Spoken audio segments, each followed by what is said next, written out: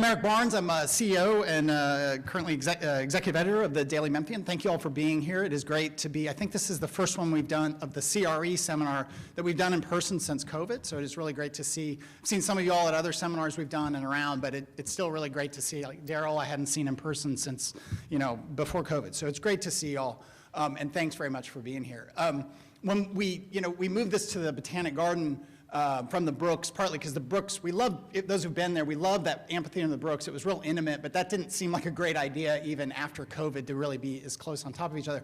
What I didn't know at the Botanic is that we could also do a wedding during this with the decorations. So, and I think Mayor Palazzolo's here, and he's actually certified. He's allowed to officiate a wedding without any notice. So if anyone wants to get married today under the lights, Mayor Palazzolo is here for you. Just a couple of housekeeping things, and then we'll get hear from our sponsors, and then we'll go through the panelists. The way we always do the panelists, we'll get Frank up first, and then each of the folks talking about the various sectors, one by one, and then at the end we'll get all four of them up, and we'll do questions from me, from the crowd, until we get bored, and then Kelly can go have a drink. So we'll be in good shape there. Future seminars are on the back. Obviously, we're excited to have at least the four that we normally do pre-COVID next year.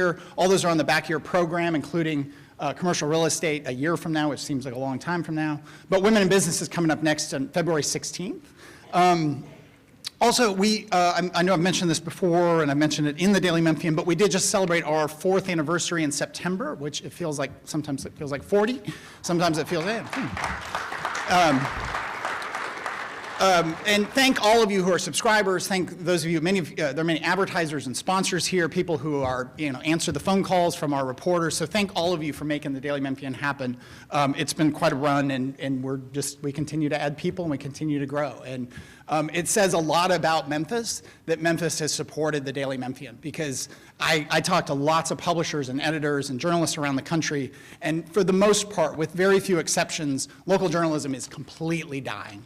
I mean, Gannett is, and I'm not picking on the commercial appeal. I feel really bad, truly bad for the folks over there, because they didn't cause this problem. But Gannett has announced a second round of layoffs this year and buyouts, and really on the horizon is probably more layoffs and buyouts for Gannett, the largest local news publisher in the country, for McClatchy, for all the big chains. And it's really awful. It's something like 2,500 newspapers have gone out of business in the last 30 years, 20 years, I think.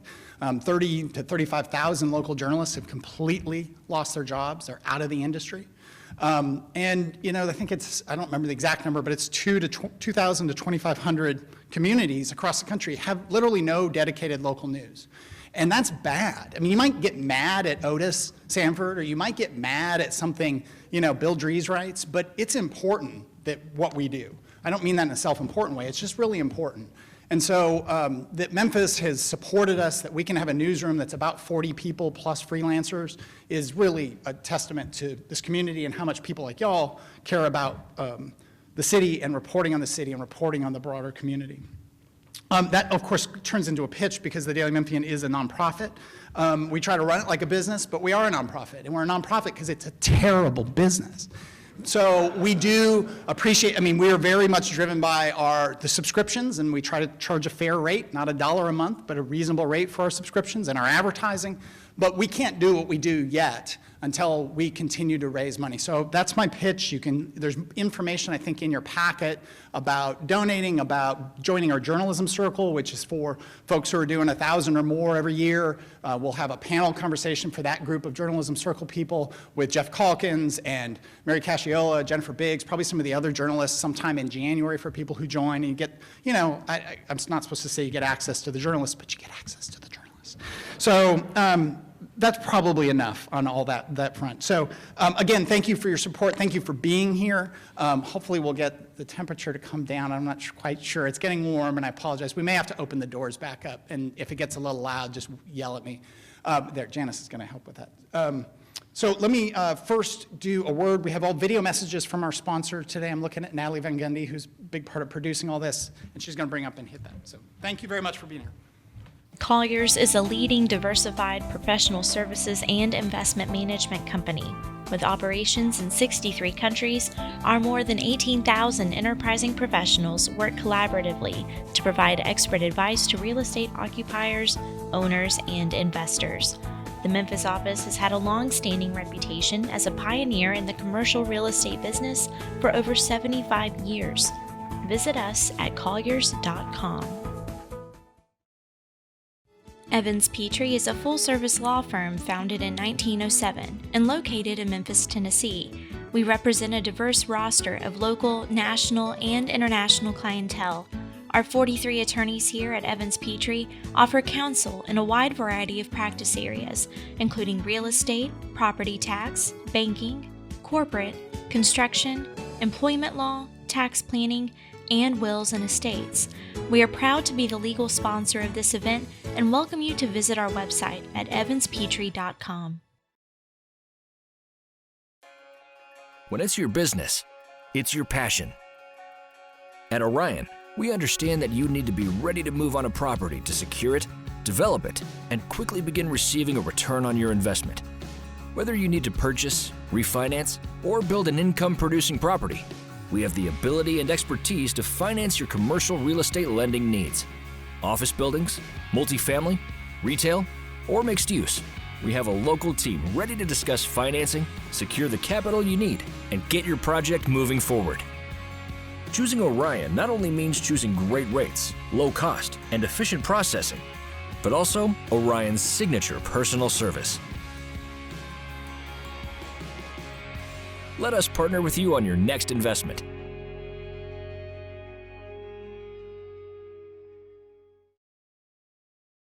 John J. Campbell Company has proudly served the Mid-South for over 50 years, handling commercial and industrial roof construction, along with industry-leading repair and maintenance. Campbell Roofing has grown to be a leader in the commercial roofing industry. One of the first commercial roofers in Memphis, Campbell Roofing has had the privilege of working with a variety of national entities, as well as local and regional general contractors.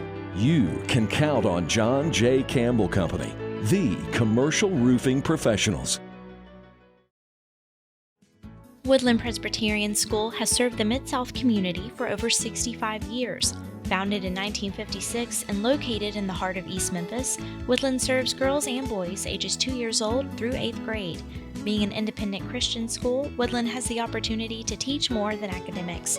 Through our intentional 2K through 8th grade model, we value the importance of balancing the many aspects of a child's life and intentionally choose experiences intended to foster the individual growth of the intellectual, spiritual, creative, physical, social, and emotional roots, with the aim of seeing each child succeed to the greatest of his or her God-given abilities.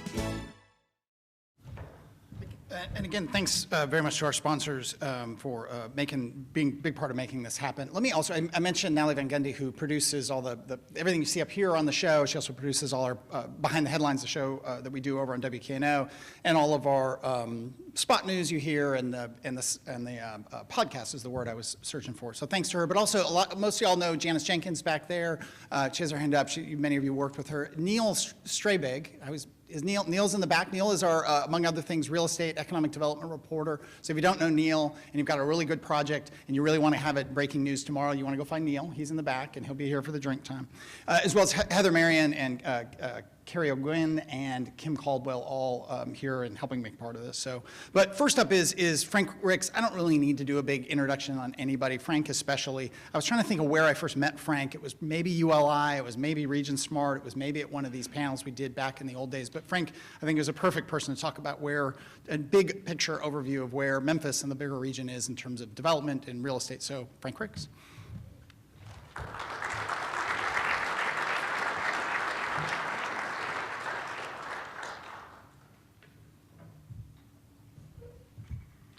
Thanks, Eric. Thanks for the invitation to be here. And I love talking about what's going on in Memphis, work around the country, love talking about it, but I hate public speaking. So bear with me. It really is I'd rather you slap me than have to be. It's just the way I'm wired. So I don't know if I'm going to address exactly maybe what some people thought I was going to address in this, but I think it'll be relevant. But I'll, Eric, say that last little bit, that you, in the intro there for me, so because I want to frame that up. The big picture of what's going on in Memphis. Yeah, okay.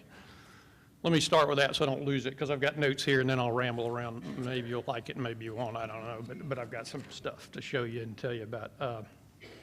So I think Memphis, we have offices around the country, which is not a real big deal other than I get exposed to a lot of different places and how people think about cities and neighborhoods and what makes a good place to live, which is always fascinating. There are some things that are pretty common. You know, good place to live, send your kids, all that stuff. That's a really important kind of first shelf. Then you get into these things that about what makes life a little better, a little more enjoyable, being there, feeling better about where your kids go to school, where they play, where, you know, it's just all that stuff. You start looking around as you travel, and you can't help but compare one city to another about, or I can't anyway, because that's how my head's wired, and it's what I do. Looking at Joey, you know, my wife will say, will you please stop taking those pictures of stupid things, you know, which are really nice buildings and things and streets, but that's what happens. And so, and then you come back home to Memphis, and, you know, it's every time I come back, I go, this is just a great place. Certainly has problems, every city does, but has lots of raw potential. You know, and it's everything to, I grew up in the hills in Middle Tennessee, so we don't have a lot of hills around here, and we don't have a lot of rock. So the good side of that is you can see your neighbors because it's flat, and you don't have to spend a lot of money digging out rock to build stuff. So it actually makes it easy for us in one way. If we're going to build things here to grow our city, we actually have a little extra money in one sense because we don't have to do all that stuff that it takes to build in other places because of where we are. So we should be able to raise the bar, and that's an intentional thing because there's always an argument to let's do things the fastest, cheapest, easiest way to do it, and it'll be good enough.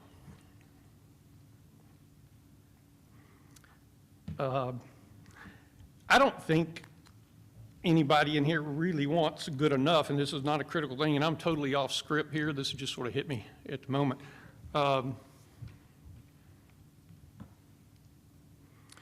With Blue Oval out there, which I do not fully understand by any means, look at Eric, we've talked about it a lot. I just know it's big, and it's one heck of an opportunity. It also frightens me. Not so much for Memphis, but our region, because we're a little further away from it, but it frightens me in terms of, are we ready to address the rapid growth so that we get good results at the end of the day about what that rapid growth is? I don't want anybody to walk out here and think Frank's not really up on Blue Oval. I tell everybody I know outside of the city of Memphis about Blue Oval because it's a big deal. And if there's one thing I would want to get across today is it takes, I think we've all got to think about it. First, we've got to understand it, and I don't pretend to understand all that's going to happen in such a short period of time. It's going to roll out. We're a little further away. You know how you drop the pebble and and by the time it gets out, it's pretty. We're working currently with some of the mayors and business leaders that are much closer to Blue Oval, and they're excited. And just like I'm excited, but they're also conscious and worried, and they want to be prepared for what happens, to get it just to be the best that it can be, which to me makes a lot of sense. But that's going to take a community-wide effort to keep that in mind because there's so much to do and we don't want to miss the opportunity, so we got to grab it. It's coming. And again, it's a really, really good thing, but we have to, as a community, and this is what I'm telling every other city around the Blue Oval, where it's kind of ripples in the pond, you know, the big splash is going to happen, it radiates out. anybody that wants to talk to us about it. We just believe, because we've seen rapid development before in places like Florida and elsewhere, and that's nothing compared to what, and it's not just me, people are telling me the pace of this stuff is going to be significant. And so that's the opportunity, I think, for us to try to grab, seize that opportunity and make the most of it. And sometimes that means we might have to say, we don't like that. Are there alternatives to doing this or that? And again, from traveling around when I go to visit cities, I've said this before in front of some of you, it's been years, but you know, you can sort of tell when you go to these other cities how I'll say it, collective intelligence they have in the community around city building practices, which is everything from the width of the road to where the sewers go to tree policies, all that stuff that happens. And it doesn't have to be constraining, it's just collectively guiding where we want to go as a community, as a region, et cetera. And you can't, it's America, we got property rights, so you can't just lay these things, and I'm a big believer in all that. You can't just come in and, oh, well, now we're going to change the rules. So there has to be a real thoughtful process about getting that in place if we're going to set any new rules based on development between here, Blue Oval, Jackson, into Mississippi, all that stuff. And personally, at the moment, while we're doing a much better job than we ever have in my career in this city, collectively at talking about these things, mayors are getting together, used to never get together between all mayors from all 3 states. Now's the time for action to do something with what we already know and have done, because it's coming. And again, I'm not scared of it. I don't want y'all to be, I'm not saying that to be scared or afraid of it. I'm saying there's a huge opportunity for us to grab. We're going to get much benefit regardless. If we collectively think about what it is we want and channel that, we'll get more benefit. That's, as I was walking up here, decided I would talk about. So, and if anybody cares to talk about any of that, anytime you can call me. Let me talk to you about other things that I thought maybe, based on some earlier conversations, might be of some value and related to what I was just talking about, but just in general. Sorry, I'm a hard copy guy still. So I'm going to stand like this and talk. Can y'all hear me okay? Okay. All right, so here's,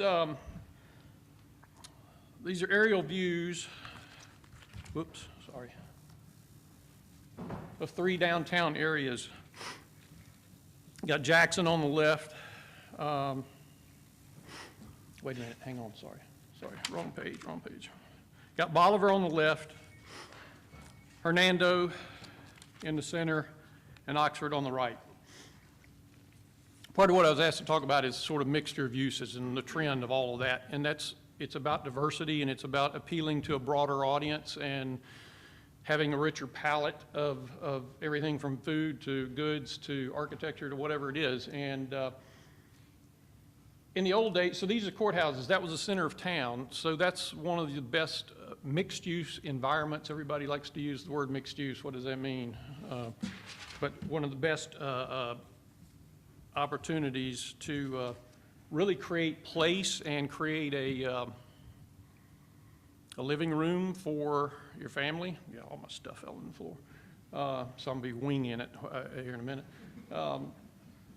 So the courthouse in the center, there was always this square, and you had everything from doctor's offices to grocery stores to schools to whatever within a block of the square.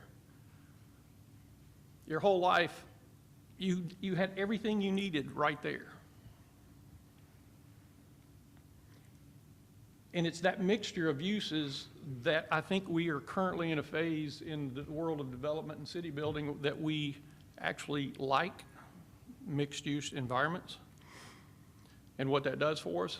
And so we're having to find ways, if that's what a community chooses, and the development community, the players in that, because most of all of this is built by private sector developers. You know, you get the courthouse in the middle, the rest, and the streets get built, the rest of it's built by private sector. So why does that matter? Well, that's always been the pattern for decades and decades and even centuries of how to do that. Somewhere along in the 50s, 60s, we decided, as cars move forward, and this is not a political statement at all, it's just the reality. The cars became, let's put all that stuff out in a big parking lot so that we can deal with the cars, and that's what we got. And that sort of sucked the life out of parts of our downtown and so forth, and that's where we are. So this trend began to unfold, I think, around, I was, again, on the mixed use topic. I think people began to say, I don't like this space or that place. I really love being here, there, wherever, where these, and so planners, architects, urban designers began to really try to think about it. But I think a lot of disciplines were asking questions. This is in Dallas. It's called The Hill. It was an old, one of the early versions of a center there that was built there in Dallas in '77. It's 236,000 square feet as it exists now.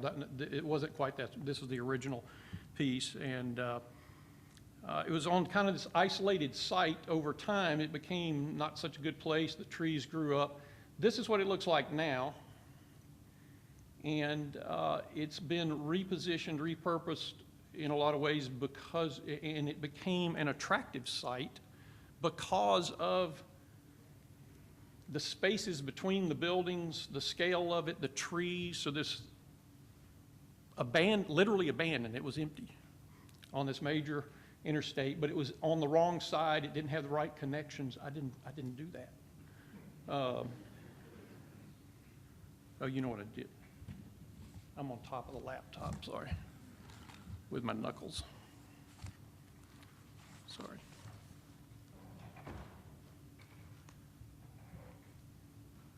So, again, the Hill, hugely popular, died when everything segregated and we went to big malls and all that. Wonderful site, just bad access. We were asked to take a look at it just a few years ago, and this is what it is now. It's a mixed-use, multifaceted environment that is great just to be in, even if you're not in the mood to shop or eat anything. You know, it's a place that sort of, in the context of Dallas being the big metropolis is they don't have this, you know, it's not like going to Bolivar and looking at the town square. So in essence, but that's what this becomes. And what we've seen and learned and are learning more, people want. I'm not saying they don't want to go to the mall and they don't want the other thing, but they want spaces and places that feel comfortable and that lots of different activities can happen in it, from a kid in a stroller to the guy with the cane. All that stuff wants to happen. And you can see even movable pieces. So we made parts of it where you can move it. You can change your own. This is not unlike Laughlin Yards. Here's a great example. This is just a little more money into it, a little upscale. The market's bigger, but it's the same. It's the same principle. So that old, tired, the blue is the existing and renovated, and then you can see the lighter yellows, the new construction. We've got some future up there, and then it'll be kind of built out. But it's just been tremendously successful because of the spaces and the places and the choices that people can make there versus being in a more constricted, mall or whatever. And and then the art is an easy way to change things and always we all just find it all involving the artist. It just makes it happen. It renews itself. They paint over this eventually, you know, and it just makes a big difference, and people want to go see what's up next. Let's see, let me go back to this real quick. So that big building, the yellow building with the faceted roof, that had solar panels. It was a company, I forget the name of it. I think it's called Treehouse, back in the early solar days. you could buy everything you needed to buy to put solar panels on your house and all that stuff in that place. Well, they eventually moved, and but it's a great building, and now it's a great gym and all that. You know, it's just great. Oh, rock climbing, indoor rock climbing, outside, all that stuff. So which is, we've all seen that happen here in Memphis too, with the rage around that. So again, keeping it fresh, making it intimate, not worrying so much about the parking. In our business, we have this thing about, well, you know, first thing you gotta do is think about the parking, because you do. But if the place is right and there are other alternatives to get there and parking, then that's worth considering. And I think it's gonna play out more and more that way. This is called Allen Ridge. It's in Abilene, Texas. There's a university, private university just to the south right there, if you can see, right there around here's the university. And this is a stormwater detention pond. There's really they had no sense of entry. You just hit the campus. You saw some utilitarian kind of things. And then it's flat there, so you got stormwater issues, and it just didn't look very good. And they were trying to compete with other universities and compete for students and their parents. So they asked us if we'd take a look at it and what could they do. So what was just kind of a pond turns into a water feature, and we create a mixed-use environment with lots of different ways, again, back to the previous one, so that they can make it their own space. They can move things around, they can change it. It's not set, it's a place. Again, another example would be on the south side of Overton Square between the new garage that was built in that little bit of area where you can hang out and just chill out and sort of sit, you know, you're not confined, just small examples of it. So this becomes their entrance when they're showing college recruits and their parents where they might go to school. And I threw in Crosstown just because it's here. It still gets lots of attention. It's a big monster project that gives us the city a lot of, I call it credibility around remaking urban places, because most of these, there were 9 of these, I think, that were built, Sears buildings around the country, and most of them were torn down. Some are still around, but so it's an extraordinary thing, has been for us and our firm, particularly because of all the lessons we've learned, and people come here all the time from all across the country wanting to understand how that works, and they're trying to take those pieces back. I guess the point I'm trying to make is we have a lot of good examples in Memphis. We got a lot of good places. All we got to do is do more of it, and do it faster while I'm still around would be fun too,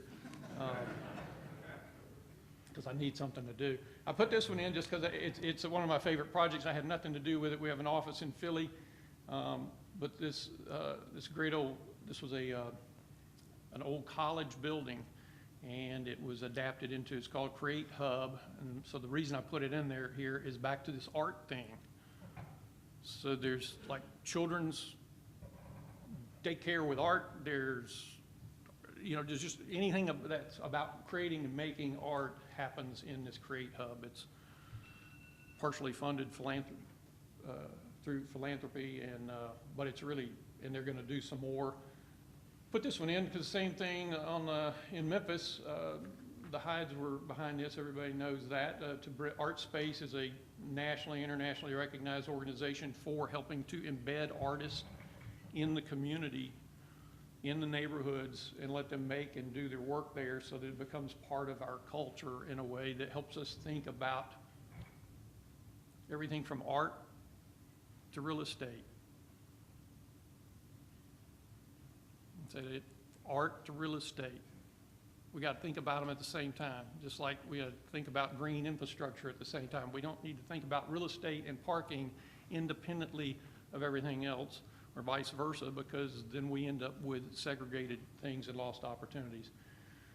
But this is a project that's on the horizon that we're looking at that could be just unbelievably cool rather than tear this down, is to make something hugely significant happen in this neighborhood.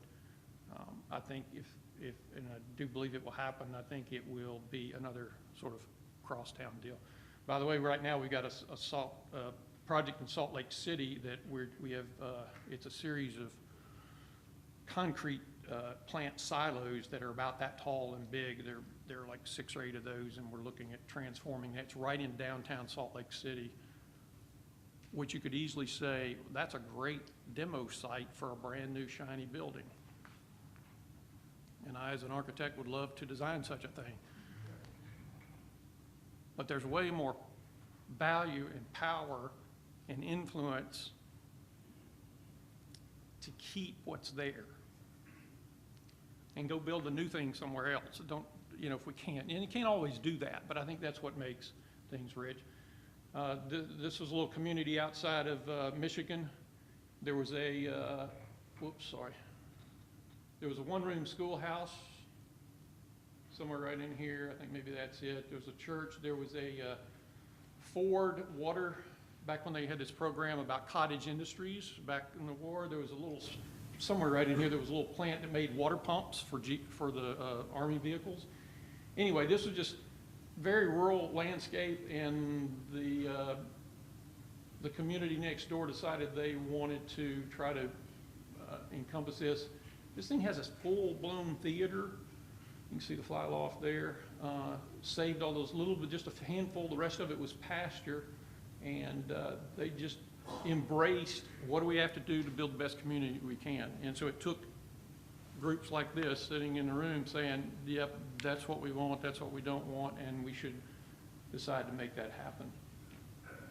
Last one is Notre Dame. It was actually a retail developer. It never developed anything taller than 1 story and anything other than retail, but several of them were Notre Dame grads. And I've heard they're pretty rabid about their football stuff. I'm not sure, but I've never been to a game there. But Touchdown Jesus is right here, which is a big deal in their tradition. So this was all ranch houses, suburban ranch houses around here. And we created a new street. They wanted a place for game day. That's why it's on axis with Touchdown Jesus. So they can close this street off, have parties, but professors, administrators, students live here. Built a big parking garage, office space, and now we're actually, we're gonna be doing creative space as well as technology space down here. So this whole neighborhood, back to the town and gown thing, but making it for anybody. So these neighbors that live all around here, they have full access to this. So it's not just, it's not an exclusive thing. It's for anybody, everybody. And there they are after drinking a couple of pints after a game, I'm sure.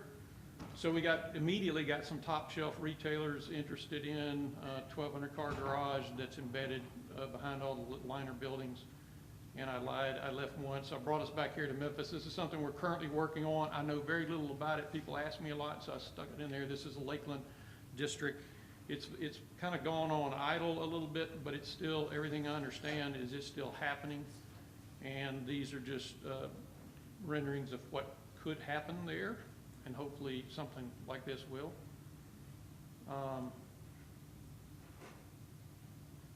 These are very early on, but that's kind of what we spend a lot of time thinking about, is how do we do these things at a higher level in this city we live in. And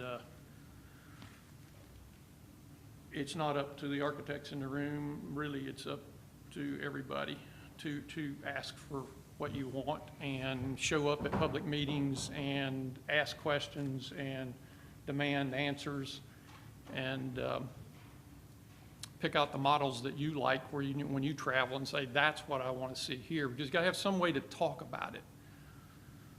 Architects and planners, we can do it all day long, but we don't build anything. So the only way we get what we really want, and I'm not saying Memphis is doing a bad job of that, so Memphis is doing better than they ever have in my career, it's my opinion, about convening, asking questions, trying to rewrite code and ordinances and so forth. Things are way, way, way better. I just always like to keep raising the bar up. But that's really up to you as non-architects, non-planners, because everybody knows we're crazy, and you have to, they got to hear from you. Thanks for inviting me.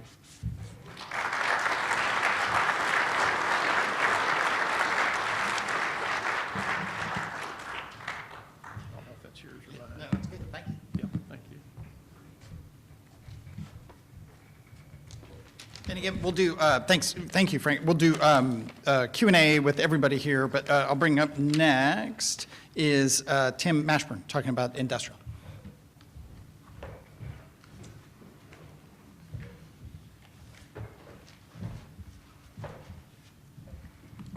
Got me lined up. Cool.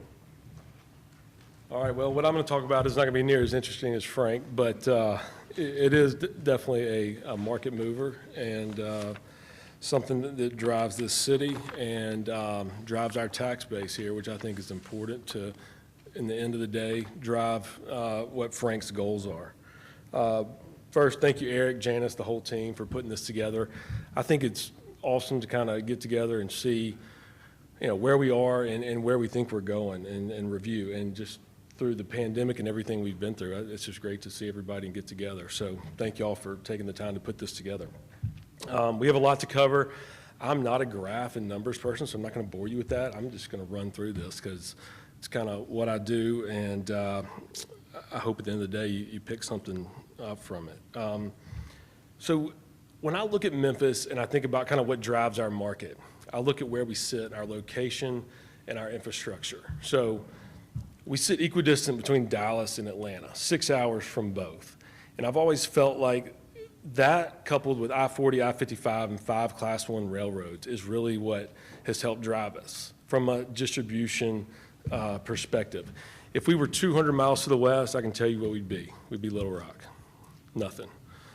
We'd be to the southeast, 3 hours, we'd be Birmingham. From a distribution perspective, nothing. You get cannibalized by these two huge markets. So I kind of say we're like the Grizzlies. We're a small market that plays big. And what I mean by that, if you count every building possible, I don't even know how CoStar finds them all, 285 million square feet, really probably 175 million that anybody cares about. And we compete with markets that are 600 million, 700 million, a billion. And we're able to do that because we've got developers that are putting million-foot boxes on the ground that are willing to invest their capital here. And we have the logistics infrastructure that really pinpoint people to come here. So with all that infrastructure and the location, obviously 2022 has been like 2021 and really 2020, and it's been another positive year for industrial real estate in Memphis. When we look at it overall, there's almost 12 million feet under construction. That's about 8.4 million of that is speculative development. Absorption is going to break 10 million feet. It's right over 7 million feet for Class A. And Class A, which is what everybody kind of, follows, is like at a healthy 5.5% vacancy. But that's going to ebb and flow with the amount of development we have, but I think that's healthy right now. Class A quoted rents, as you'll see here, $450 to $550. I mean, look, it's going to depend on what size it is. Those have ticked up throughout the year. And so I think that has been a very positive move. When we look at what has driven this absorption, okay, in my mind, it's really a tale of two classes, first generation and second generation. And I know everybody loves to talk about Class A. It's the cool thing to talk about. And as you see here, Hudson Bay takes a building from IDI, Wheeler, Stanvest, Averitt, Barrett, GXO. Those are all great deals. Took brand new spec buildings. I love it. Here's the untold story that I think is really important. Kinco backfills an 800 older building in Olive Branch that Sears was in. K-Power backfills the old McKesson building down in southeast Memphis. Cart.com takes the Nike building that had kind of been on a yo-yo. Helen of Troy backfills the old Five Below building, Olive Branch, before they're even out. They had to get them out early to get them in there. And all those deals were done fairly quick backfill, not a lot of downtime, and really more importantly, probably on average had a 50-cent increase in rate from where the previous tenant was paying. So what that does, it really puts a good base in the market. You don't have all these second-generation buildings floating out there languishing.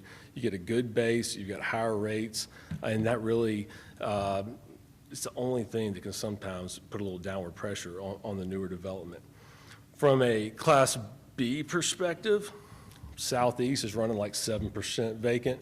And I'll be honest with you, if you hadn't leased your building in Class B Southeast right now, it's probably just a bad building or you're just a bad owner. And there's both out there and they know who they are. But that is where we are. And all the brokers in this room know who they are from the ownership perspective.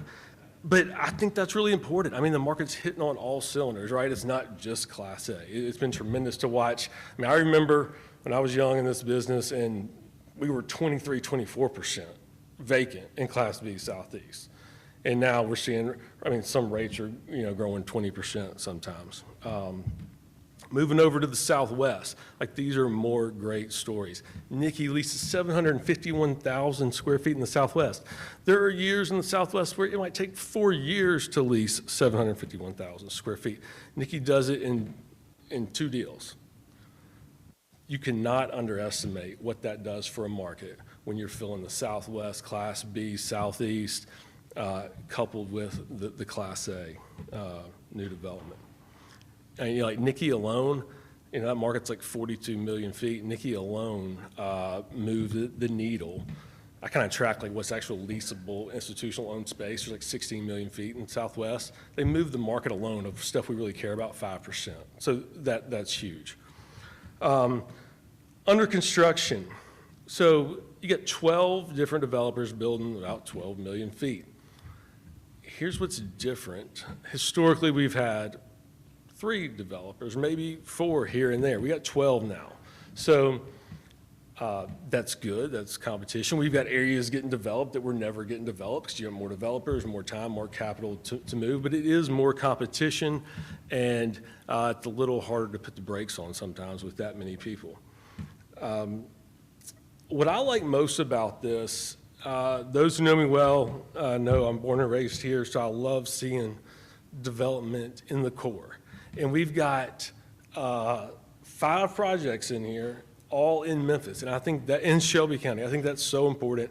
We went years. We went 2007 to 2017, not a shovel turn. And with the fast track pilot, development has come back to Memphis. I think that's very important. We are raising the tax base.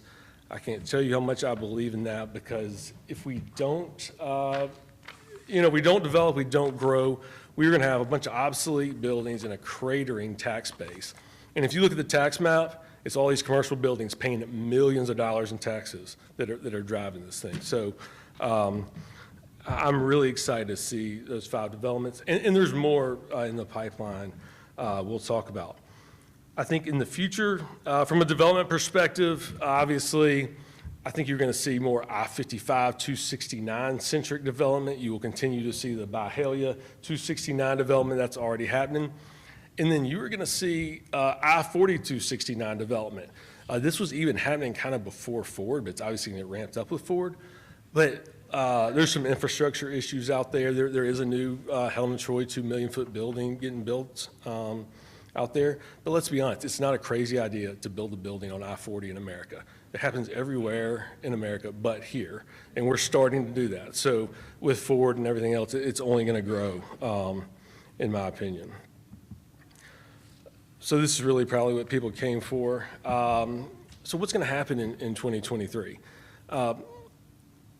Industrial outside storage is a new institutional asset class. I call it new because when I first got in the business, it was like a trailer yard. And now somebody's given it a flashy name, and it's an institutional investable asset. And there is a extreme appetite to buy this product.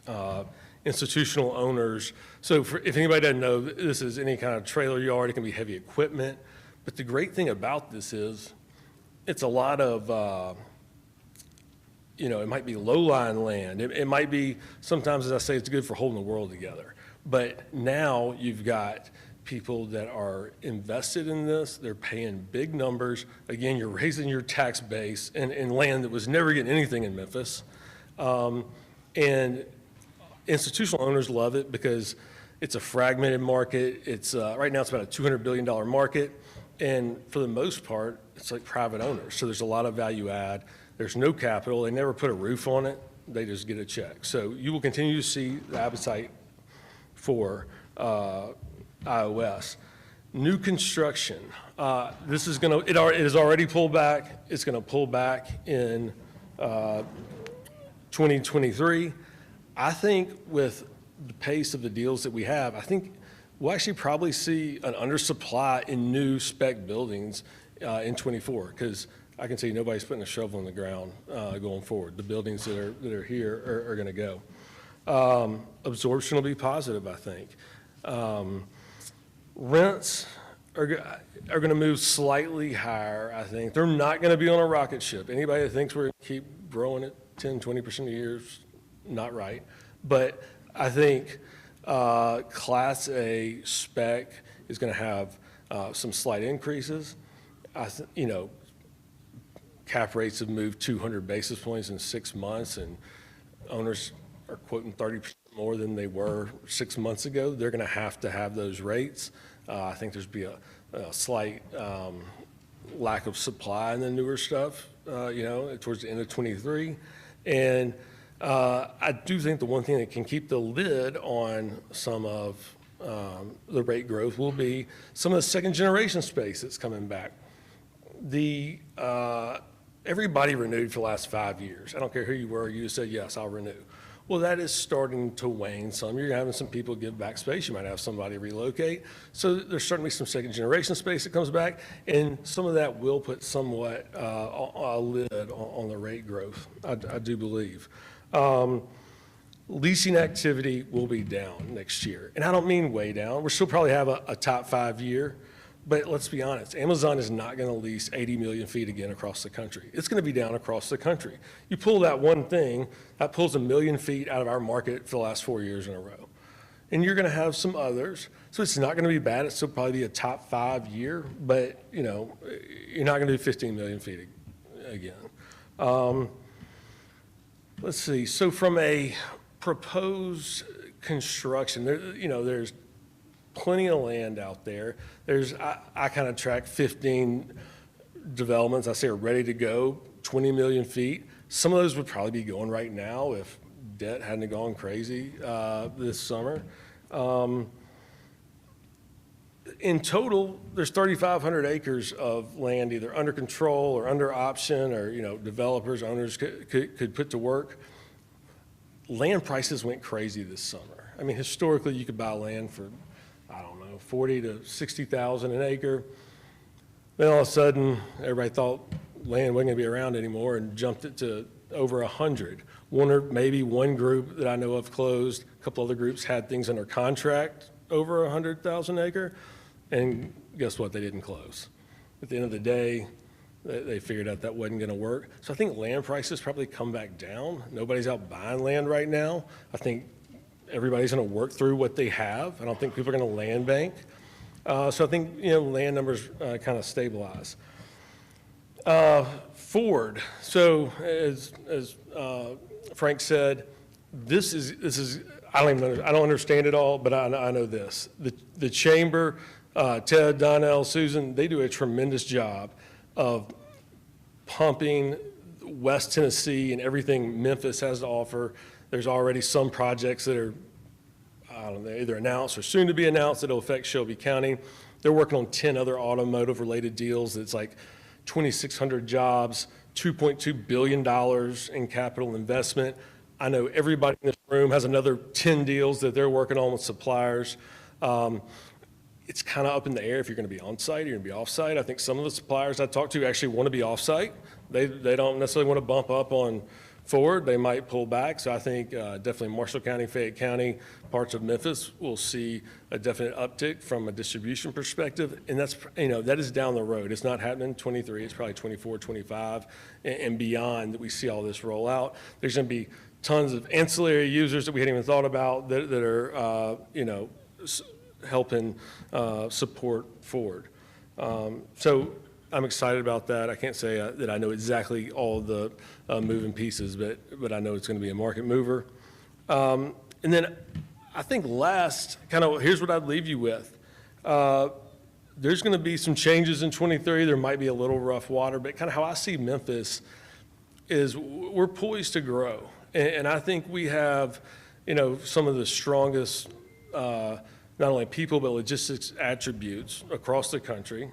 And we've always been a market that's benefited from consolidation. Again, we have developers, we have the biggest in the country. We're no different. They're in Dallas and they're here. They're in Atlanta and they're here. And they're putting these big boxes on the ground. And so as the coastal markets are hard to enter, I have people start looking, hey, maybe Memphis, 7-day train haul to the BN. You got all the respected developers here. And so I think through consolidation of some groups, we're actually going to see a positive 23. And I think we're kind of at the tip of the iceberg of people figuring out what Memphis has to offer. I think it goes beyond just industrial. I think it's everything. It's a way of life. I've seen it more in the last 3 years of clients I have come from other parts of the country, and they figured out, the South is really pretty damn good. And I think we're going to see a lot of growth there. And, what I always say, don't take my word for it. Look around. There's a lot of groups here, and I think we'll see continued positive growth into 23. Thank you.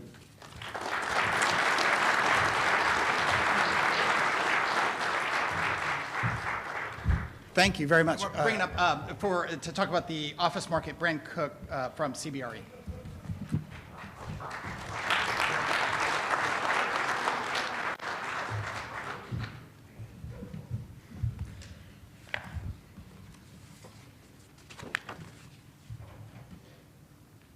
Hi, everyone. It's always fun to follow up industrial town.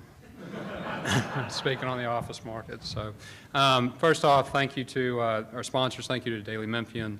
Thank you, Eric. Thank you, Janice, for all your work and help coordinating and pushing me up here.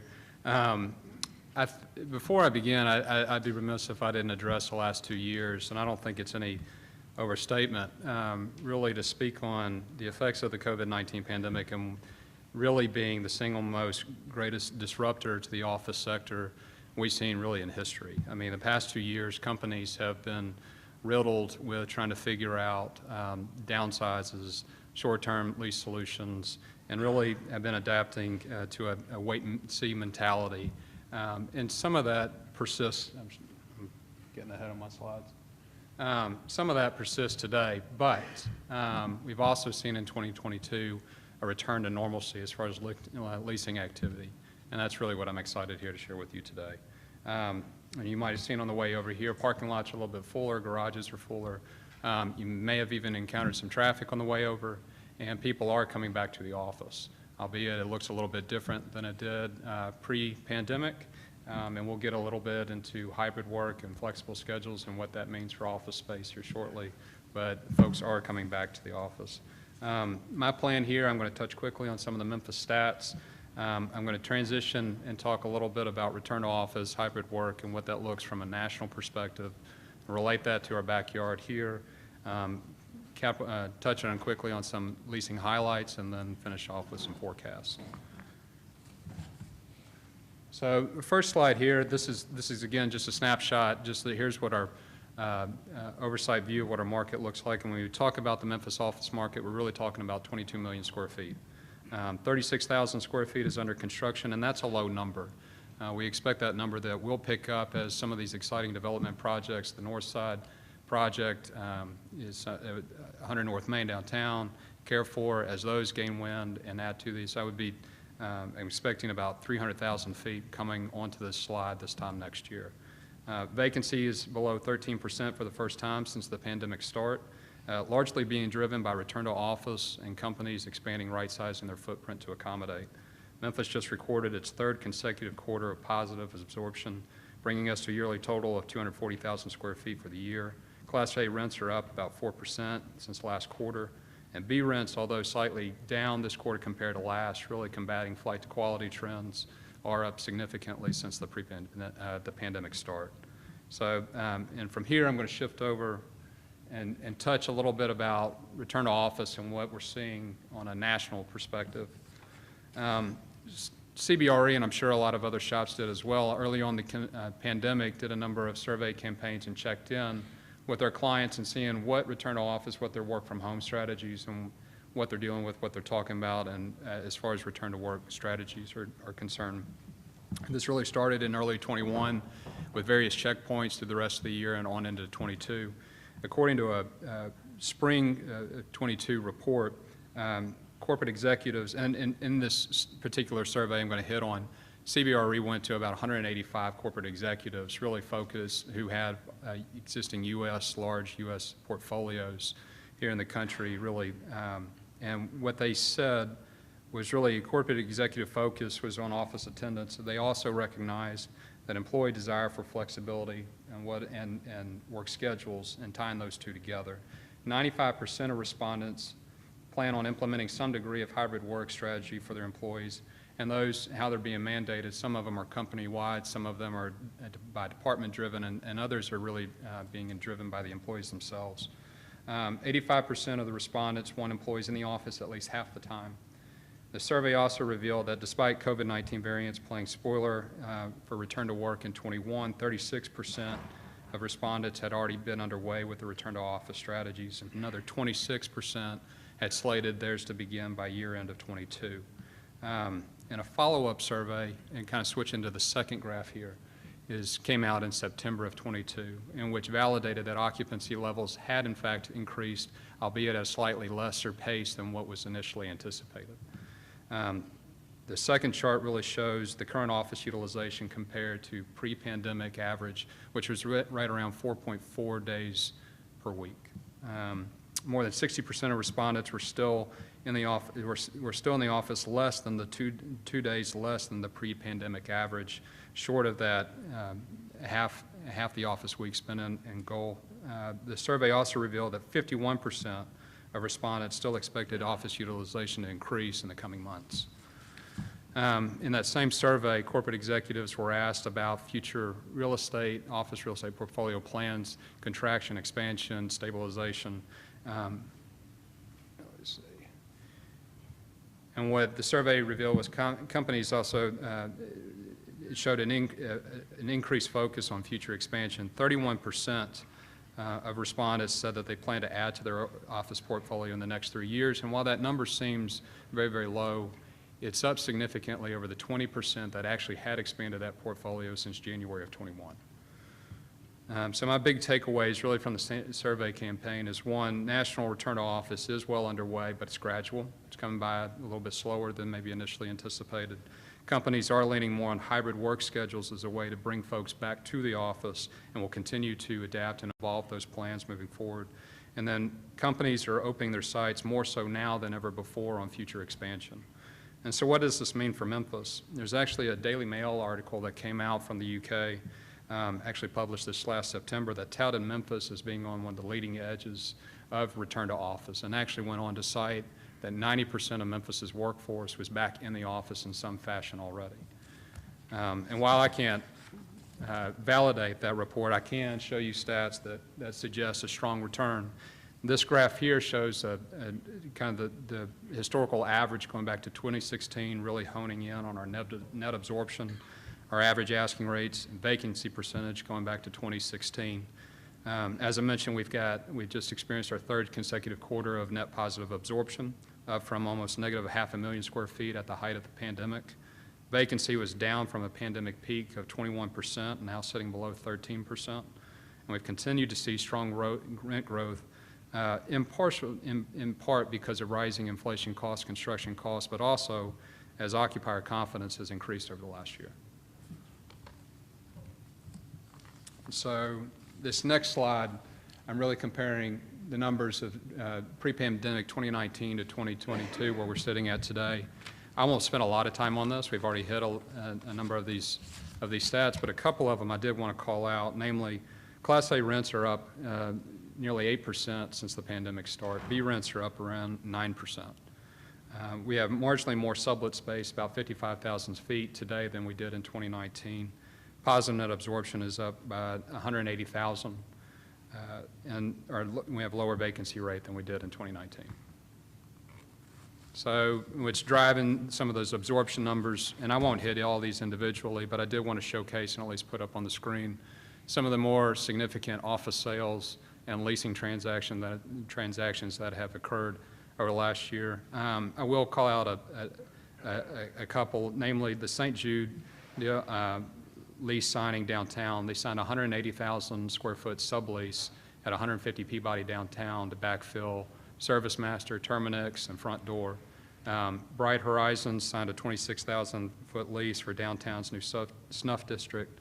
Life Documents signed 29,000 feet at Lenox Park, 1GI 25,000 feet at Germantown Park, and Front Door and Armstrong each signed a lease, each for about 18,000 feet in Southwind.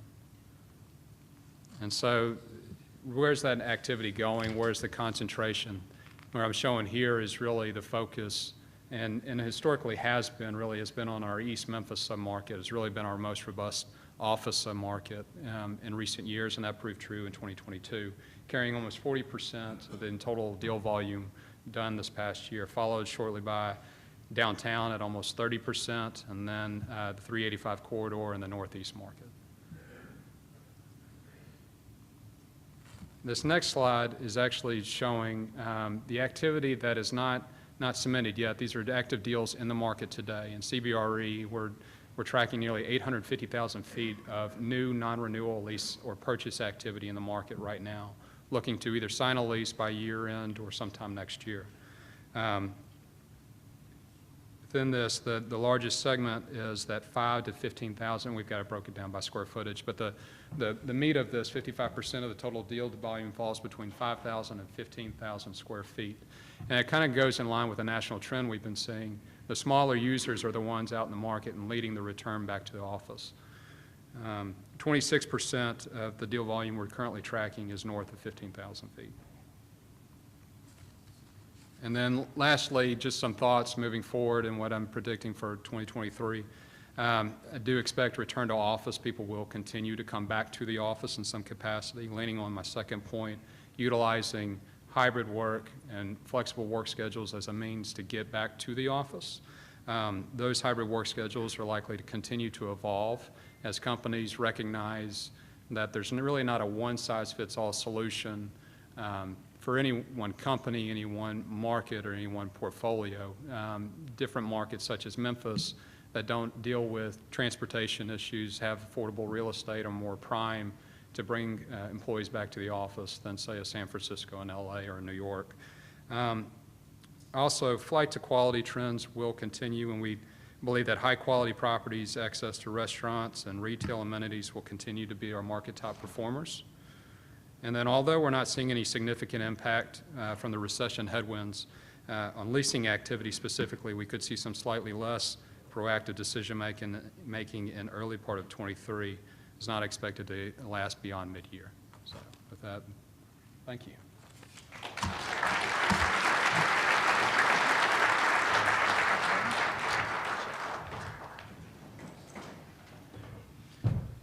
Thank you very much. Last but not least, retail. And again, we'll do quick Q&A at the end with everybody up here, so don't forget about that. Jonathan Orr, founding partner of Jones Orr Commercial Real Estate, talking about retail. Thank you.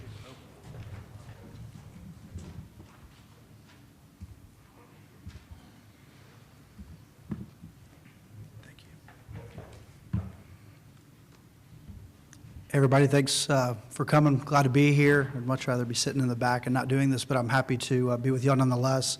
Thanks to the Daily Memphian for putting this on. We appreciate all y'all do for our city. We're big fans, big supporters. So, talking a little bit about retail, what's going on. A lot less numbers here. Talk more about cool concepts that are coming to the market, that have come in the market. Some of y'all know, hopefully some of y'all don't. A couple of cool projects, and kind of where where things are landing, what we think's gonna happen next. So these are some new to market national retailers. Some of y'all have been to some of these. I think Crumble's been here a little bit more than a year. I try to keep everything 2022, and some that maybe you have not eaten at yet. Jack Brown's is under construction on Central. Rotolo's just opened on White Station. Anyway, these are newer concepts that they're exciting to see finally come in the market. I think we've heard, for the past 10 years that I've been in Memphis, when is Whataburger coming to Memphis? Memphis now has 2, hopefully a few more soon. One that maybe nobody's ever heard of, Jeremiah's Italian Ice. This is a cool one just because of where they decided to go for their first location in Memphis. They actually backfilled the Wendy's on Summer and High Point Terrace. That was super exciting just to see because we have a lot of great development closer to Perkins with the Chick-fil-A, the Chipotle. It's fun to see people buying into that and seeing another market grow and kind of expanding that reach. So anyway, it's fun and it should be really good. It's basically frozen ice cream, anyway, and it has a drive-through. So even cooler than the Nationals, we are super lucky in our city that we have an awesome network of local restaurateurs who I would put up against any other city in our country. And these are some that are growing. So SOB just signed another lease. They're going to do Collierville and Schilling Farms. I think they reimagined their downtown at the beginning of this year. And then they're in the process of fully rebranding Sanderland. Anyway, so it's very cool, and I think there should be some more exciting news from that restaurant group coming soon.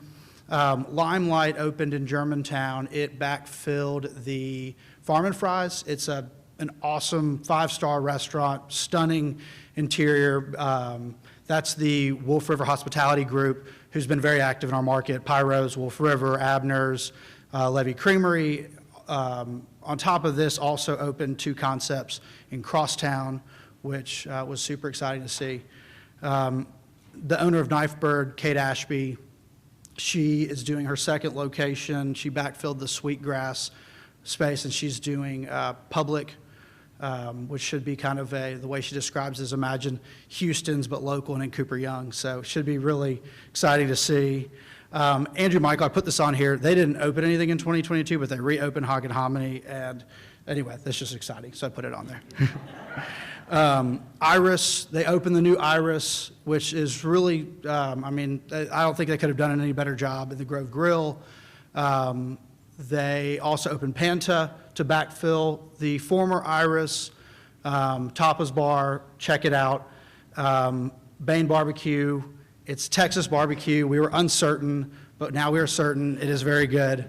And anyway, Kolache, it was worth checking out. A couple of other cool concepts that have opened, local groups. Cameo Cocktail Bar, which was mentioned in the Condé Nast article yesterday when they mentioned us as top 23 cities in the world to visit in 2023. So that was awesome. Celtic Crossings doing a Bog and Barley in East Memphis, which is a huge higher end. Sorry, he's recording me, threw me off. Irish bar. Anyway, so really exciting, really cool to see all the restaurateurs that not only made it through COVID, but came out even stronger and ready to grow in our city. So anyway, support all of them. It's super exciting. New to market retailers. So what's cool is generally, for the past, few years, it's restaurant. It's still lots of restaurants.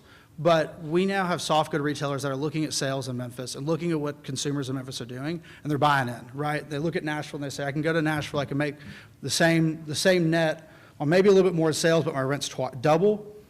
And so, Takova's coming, Pet Supplies Plus, Lovesac. Those are concepts that maybe 5 years ago would have never really looked at our market. Pet Supplies Plus because they're scared of Hollywood Feed, but they're going to figure that out. Otherwise, we can compete. It's pretty cool. One other thing to note with all those concepts is they are really good at creating that experiential shopping experience, right? So you go in there, There's a personal touch to it. They're excited to go in there. It's not just your run-of-the-mill shopping experience. Lots of fitness coming in the market. Rumble's part of the Exponential Group, which is Cycle Bar, Stretch Lab as well, and they're growing our market.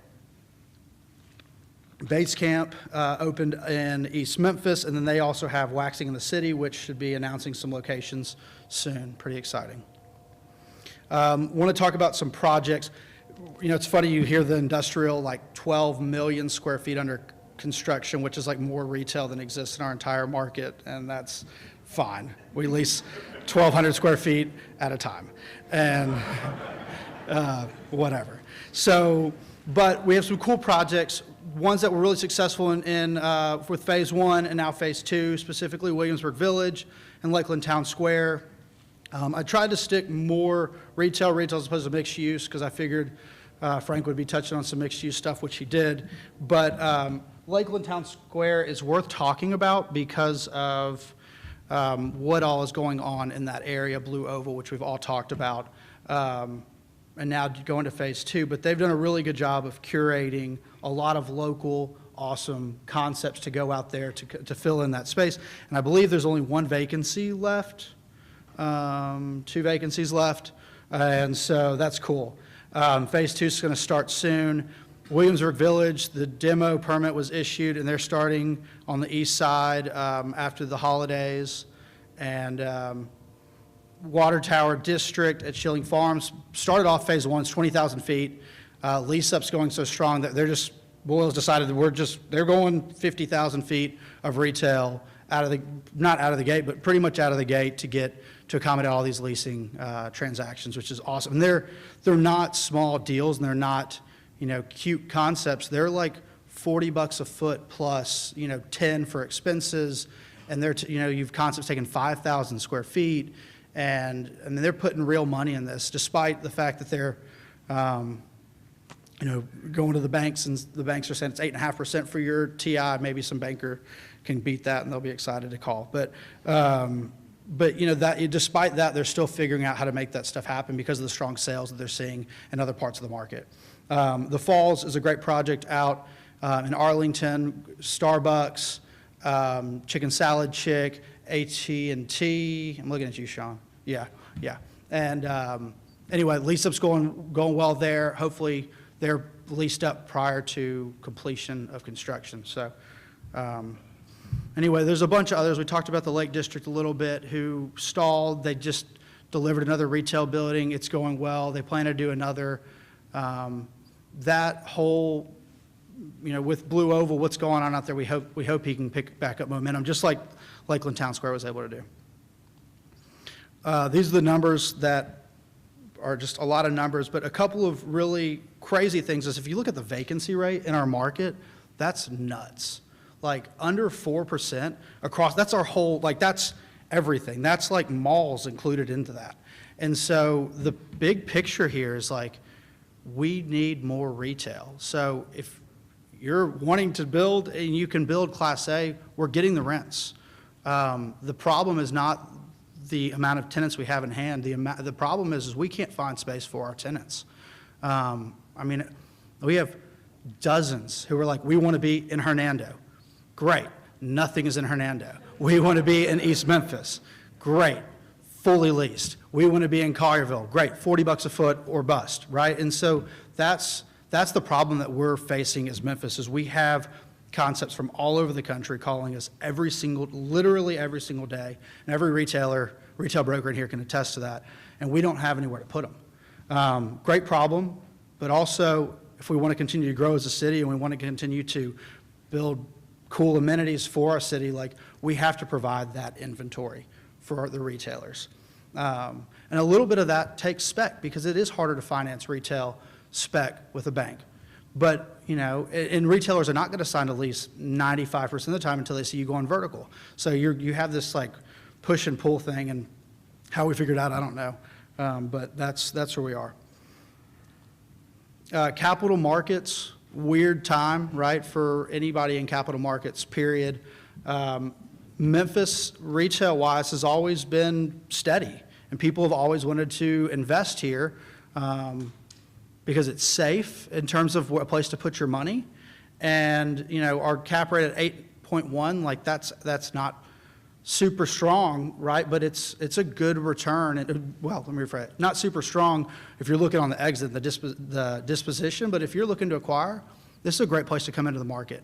That being said, from like a stability standpoint, what happens with where the interest rates are going, I think we still have a pretty long runway until some certainty is found by investors. And right now, that's what we're seeing is the biggest hurdle when it comes time to trying to sell an asset or underwrite an asset, is the lack of stability. It's putting a lot of pause. And once we know where the Fed stop and where, you know, what the number is to underwrite, I think we see volume pick up there. I mean, you know, Germantown Village Square traded just a few months ago to Hendon Properties. Eastgate Shopping Center is supposed to close in like 2 weeks to another big group from out of town. I mean, those are big transactions, and people are still investing a lot of money in our city, despite the weirdness. So anyway, it's exciting. It'll be really exciting to see what happens with Blue Oval coming online, because these people are going to need to eat, and they're going to need to work out, and they're going to need to shop. And so, you know, and you have that second spouse that's going to work somewhere else and not on site, right? So where do they do life? Anyway, it'll be exciting to see, and I'm cautiously optimistic, but optimistic nonetheless. So thank you.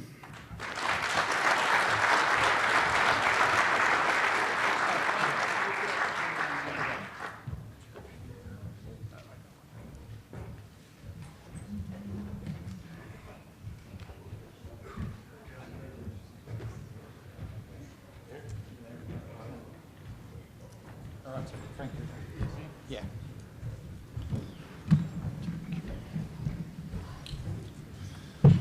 And we'll do a Q&A for a bit, and then get there's food and drinks of all sorts out, or some sorts out there.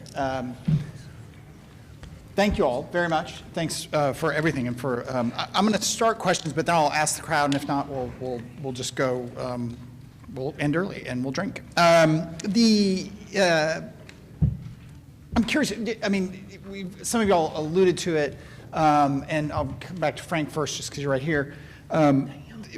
Recession / economic downturn, you know, people worried about it. I mean, how much are you planning for that, and or how much are you hearing that from clients and potential clients that people are worried, very worried? I mean, what's your sense of the concern out there, and how is that impacting your business?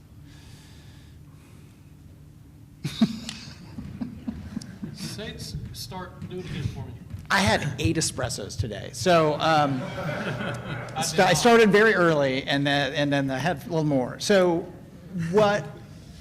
just the potential of a recession or an economic downturn? What are you hearing from clients? How is that affecting your business? Both. I mean, we hear both. Are people pausing projects? Yeah, it still seems positive to me, which surprises me a little bit, having been through several. Oh, yeah, you got sorry. Yeah. Sorry. So we're hearing both, I think, and I was saying it surprises me a little bit, having been through a number of cycles. I guess I'm the oldest guy up here, right? So been through several, and I don't like them. But I'm amazed at the optimism. Really, but I'm a designer, so I'm not, you know, these guys understand the financial underpinnings and see those waves before we do, but it's amazing to me how much is still going on, and we've got several offices across the country, and so I get feedback from all those, everybody is humming at the moment, it seems to be. Tim, your take? I mean, what you're hearing, you're seeing people pull back, or Yeah, I think we've definitely seen some pullback, obviously, and most of the buildings, at least from an industrial perspective, that were started 6 months ago. Nobody's put a new shovel on the ground.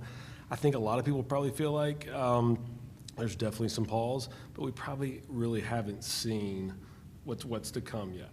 Yeah. I mean, we kind of haven't seen around the corner yet. It's how I would say most people feel. Yeah. And if I could add, I think that's I'm surprised we're still humming as well as we are because of that sentiment. Right. You know, I mean, it feels like That's right. That everyone's brakes breaks. Yeah. should hit sometime. Yeah, same.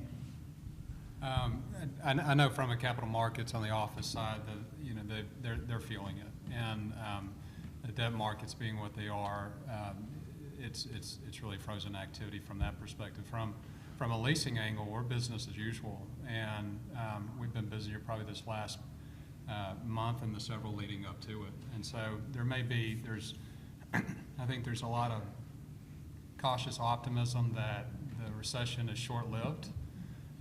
There's a dip in the start of 23, but and maybe we see a less proactive approach in some cases on a leasing perspective. Tenants otherwise maybe trying to get ahead of a lease or doing some kind of blend and extend deal may pull back early part of 23, but for right now we're seeing business as usual. Yeah, I mean, the capital markets period is just until people figure it out a little bit more, it's slowed significantly. But there are some, and we're already seeing a few, not panic sellers, but forced sellers, I guess is the best way to put it. And whether that would, whether it's debt coming up that is variable and whatever. So, but from a leasing standpoint, we are not seeing a huge slowdown. Now we are, if there's like a national concept that is doing a bunch of rollouts all across, we are, but seeing some pullback to just figure it out because there's a lot more exposure. But like the local concepts or regional concepts are still, they're still pushing along. So. Anyone, I hate asking this, but you do hear it, no one on an individual level wants to see a recession or someone lose their job or any of that kind of personal, like individual level. But in a broader sense, is there any benefit to a bit of an economic downturn? I mean, Doug Brown, I don't mean to pick on Doug, but who was the president of the chamber, sort of famously said, we need, a year ago, famously in Memphis, we need a recession because that's going to help get people back to work. I mean, that's kind of a harsh, blunt thing to say in public, but there are a lot of people who believe that. So, I mean, is there any sense of maybe we need a reset, if not a apocalypse? I'll be the bad guy here. So, I mean, there's been some conversation recession will jumpstart return to office. We'll see more folks coming back to the office as a direct result of recession conversations and so forth. And so we'll see. Yeah. But I have heard that. Anyone else? I mean, it's an unfair question, so I don't want to. Well, from a capital market standpoint, I mean, there's been a lot of buyers and investors sidelined because they're not going to pay, they're not going to buy a single tenant net lease, which is basically a one tenant building for, sub 5 cap, sub 6 cap. That just doesn't make sense. And now it's loosening that up a little bit. So from that standpoint, it may provide some opportunity. I mean, we'll see, Yeah. right? It hadn't necessarily yet, but we'll see. On the office thing, I was fascinated by the chart. I'm just informal survey. How many people's where you work or you run or whatever, you expect to have more people in the office going into 2023?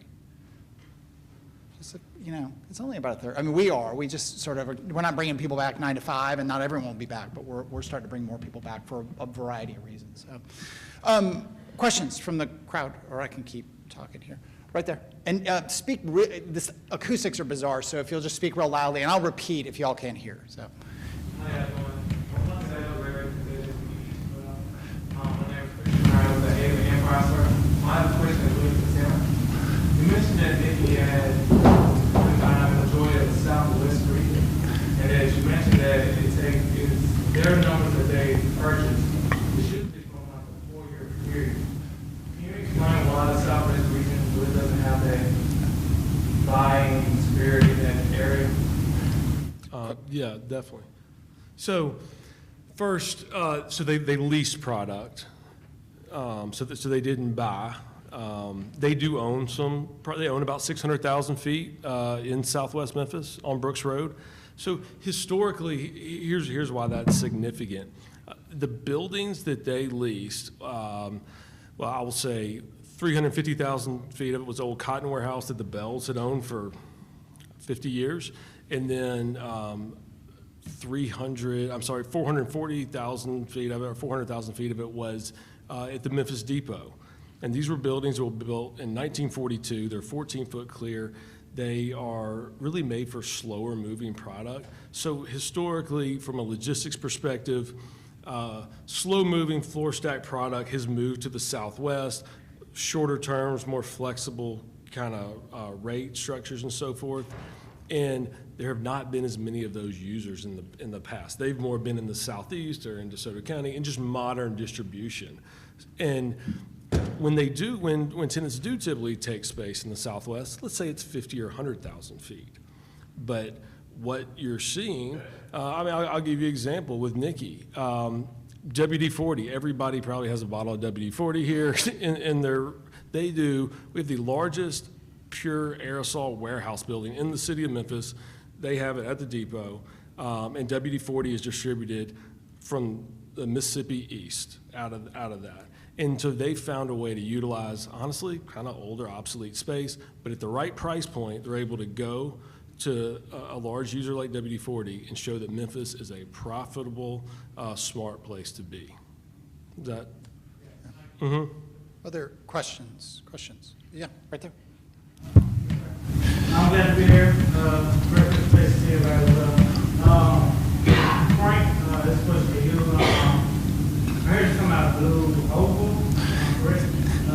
Explain more in detail what it is. I'm not familiar with it. I'm guessing you said it's about as cheap. Sure. Well, no, the Blue Oval City, the Ford plant, the electric truck plant, just all that going on. I don't know if you've driven by and seen the plant, but I mean, yeah. it's just incredibly fast out there moving on that going up. But just the impact of that on our lives, I think, in general. But it's everything from, and every time I drive, it's infrastructure, it's everything. It's just going to impact us in a way that I've never seen any, it's way beyond anything I've ever seen in my career in terms of in this region.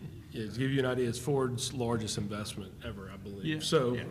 I mean, I think that we did a tape behind the lines this morning with Ted Townsend, the incoming chamber president, who's been head of economic development there and was the state. So again, it's almost $6 billion in investment. It's about with as much as 25,000 employees between Ford and suppliers and SK, the battery company. They're trying to get open at least starting in 2025. I mean, it's a very aggressive timeline.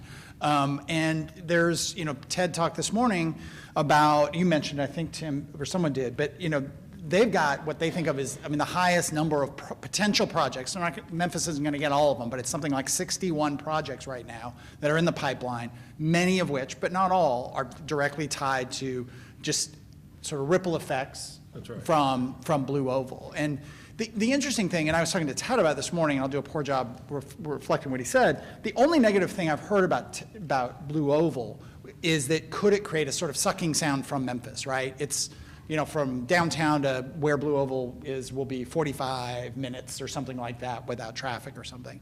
And some people say, well, that's great for the suburbs, great for, that Stanton, all that area, but not great, in fact, negative for Memphis. I don't happen to believe it. I've listened to people. Ted certainly doesn't believe that. Other people don't believe it. But it's a variation on the theme you said. Do the areas around there build fast, build junky, build without thinking about it just because they can.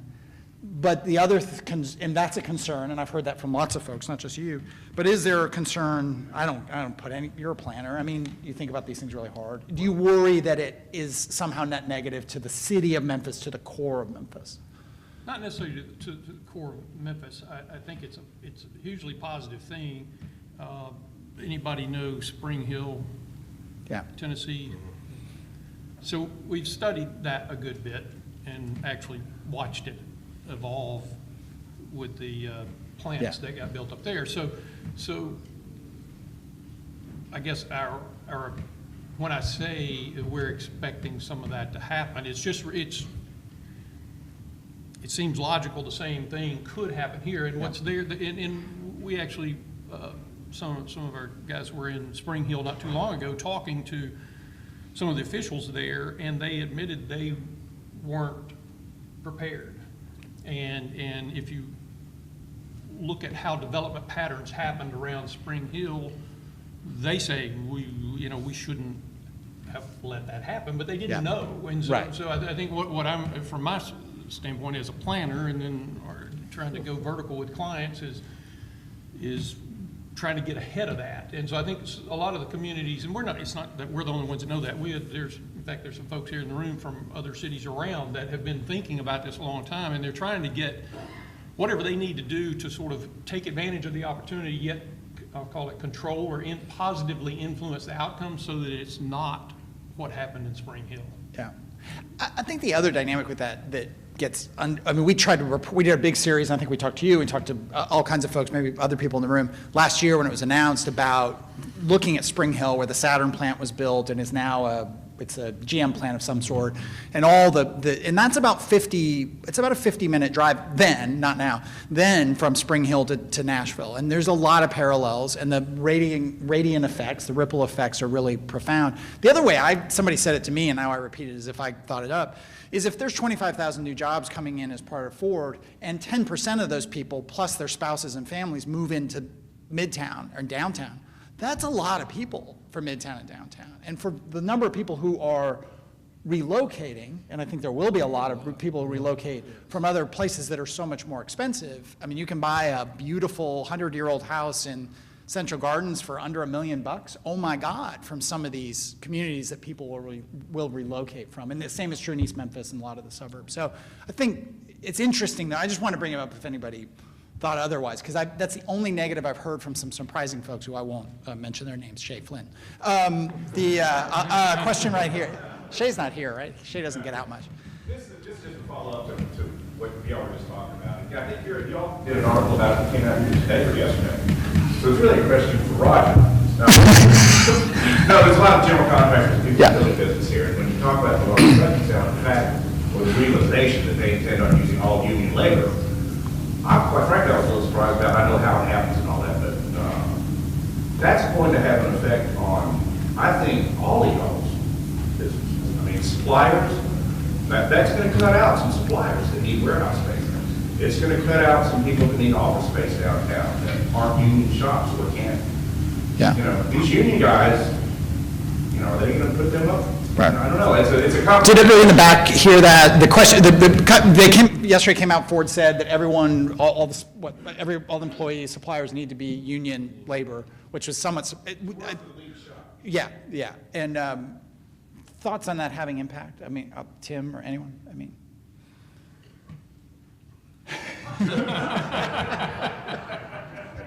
Yes. He asked the question, not me.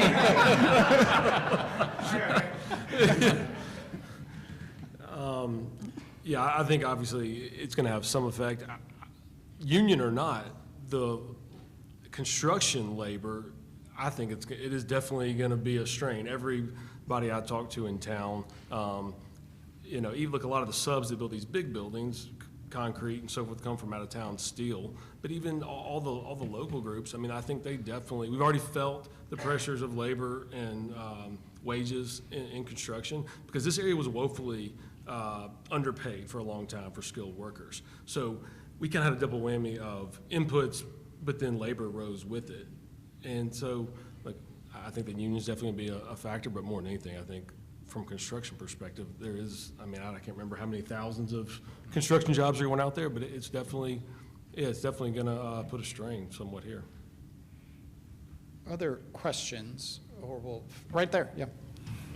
I'm just curious, I think, Memphis has been spared sort of the historical booms and busts of an Atlanta and Nashville, because I think the less outside capital, but now there's so much capital looking to invest in real estate, and maybe the demographics of Memphis aren't perfect, but the economics are fabulous.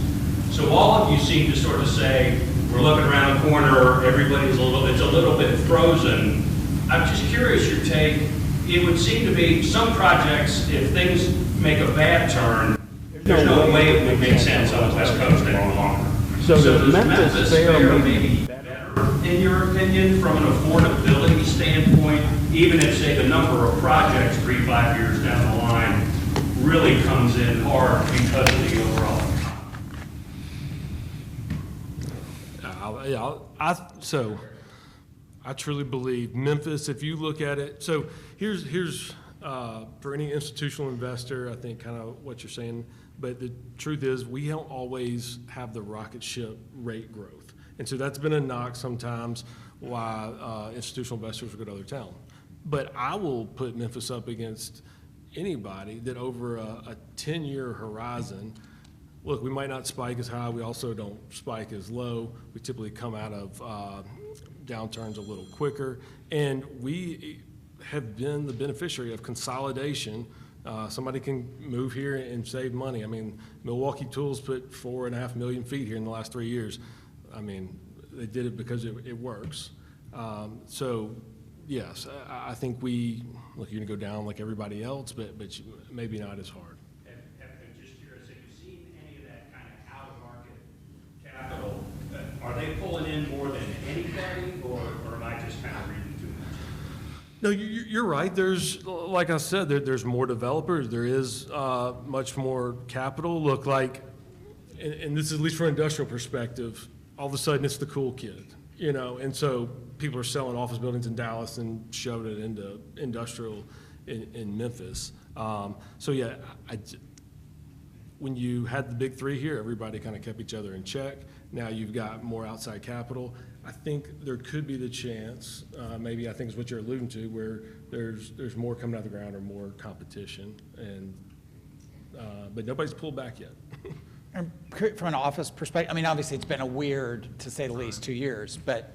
I would say that the truth about the office market is we don't see a lot of new company growth, well, new to Memphis company growth. I mean, Memphis does a tremendous job of growing organically, and we've not been light on our obstacles the last 2 years, and so we're just trying to get back to base even, which I think we're there at that point. And now we'll look to see where we grow from here. But again, the core of our growth is really with core businesses already in Memphis looking to expand and capitalize and bring folks back to the office. Yeah. And, I mean, you talked about the sum in your presentation, but other thoughts on? Sure. Well, it's funny because it's like what we've been talking about. I mean, I remember when I started in commercial real estate, which was much after some of you, but way before some of you. So, anyway, you know, people were like, "Oh, it's right around the corner. Like this bust is like right around the corner. It's right around the corner." That was 10 years ago, and it's actually is now right around the corner. So you have like, you know, it's funny. Everybody's like, "Oh my God, it's here!" But it's like we've talked about it for a decade of it almost being here, and it is here. And so you have these smart investors who have looked at Memphis 2, 3, 4 years out and gone, "Okay, safe place, right? Safe place to put my money." And so some of them are already here in terms of the institutional investors on from a retail standpoint. A lot of pension funds, because our, you know, inventory is tight and our vacancy is essentially zero when you're looking at sub 4%, right? And so like we're alarmed, but the smart investors they've been planning for this, and they locked in a rate 12 months ago at 4%. And are ready for what's about to come around the corner. So, yeah, anyway, so we've seen them here. We've seen them slowly come in, but, you know, a decade ago they weren't here. And so, anyway, yeah. I'll give you last word on any out-of-market thoughts, outside investors.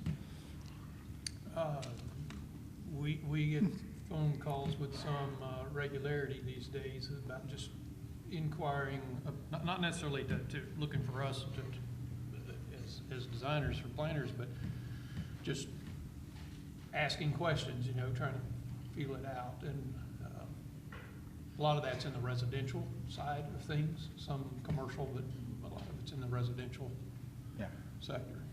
Okay. Both single family and multifamily. Yeah. All right, we're going to leave it there. I want to thank all the panelists very much. I appreciate them doing this. And thank you all for being here. Thank you to our sponsors.